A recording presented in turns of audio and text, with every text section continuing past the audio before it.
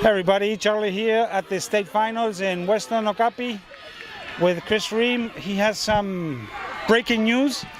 What are you up to, Chris? So I had this idea to get touch rugby back into the boys and girls clubs, and when I reached out to them, they told me no. And so I decided I was going to go not now anyway. Okay. And so I decided I'm going to go to their donors. And I'm going to present this program to the donors of the Boys and Girls Club, because if they like the idea, then it'll happen. Okay. So one of them that I reached out to is Rob Corn Dog, and he's an old boy from Fort Lauderdale. And I was kind of reaching out to the rest of my network for the people that were involved in youth rugby way back when. Shane Young, Bill Shelley, Simon Smith, not Simon Smith, but Sean Simon.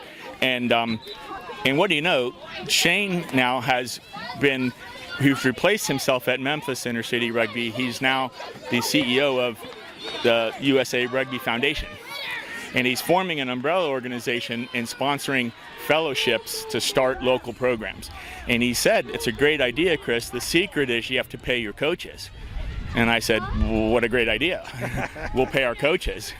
And so that conversation, one thing led to another. So now I have established Urban Rugby South Florida, because the parent is Urban Rugby America. And they have been around for a while now. Well, Urban Rugby America only about a year, or less than a year. Memphis Inner City Rugby, 13 years. Okay. And that's the model program. They have 4,000 kids who've been through their program. They have 8 full-time employees that get salaries, benefits, 401k plans. They have 35 part-time coaches that are paid, and they're doing amazing things. Over $1 million budget, and 75% of their budget comes from non-rugby people. So it's corporations, it's family foundations, charitable foundations that are sponsoring this. What are the main goals of Urban Rugby? Well, the main goals are to benefit underprivileged kids.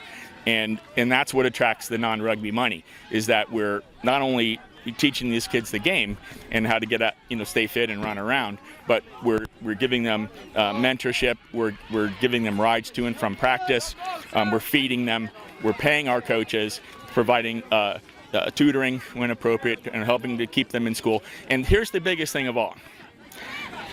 Shane's goal is that if you have a kid that, let's say, comes through high school, plays rugby in high school, doesn't want to go to college, doesn't want to be a plumber or a policeman, she or he can become a rugby coach and earn a professional salary, with the goal being that they would have enough money where they could buy a house one day, and they could, so we're talking in South Florida dollars, somewhere in the $75,000 range to pay a full-time coach, and that it's also a year-round program.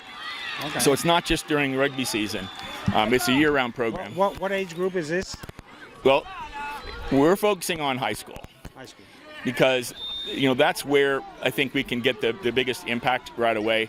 We can get kids playing. And all of this that's going on today with the under 10s, the 12s, the 14s, and the 19s is great. But if we had kids coming out of the inner city that were feeding into these programs, think how strong that would be. Amazing. Okay. I've got a meeting next week with one of the Broward County School Board members. This is going to be based in Broward?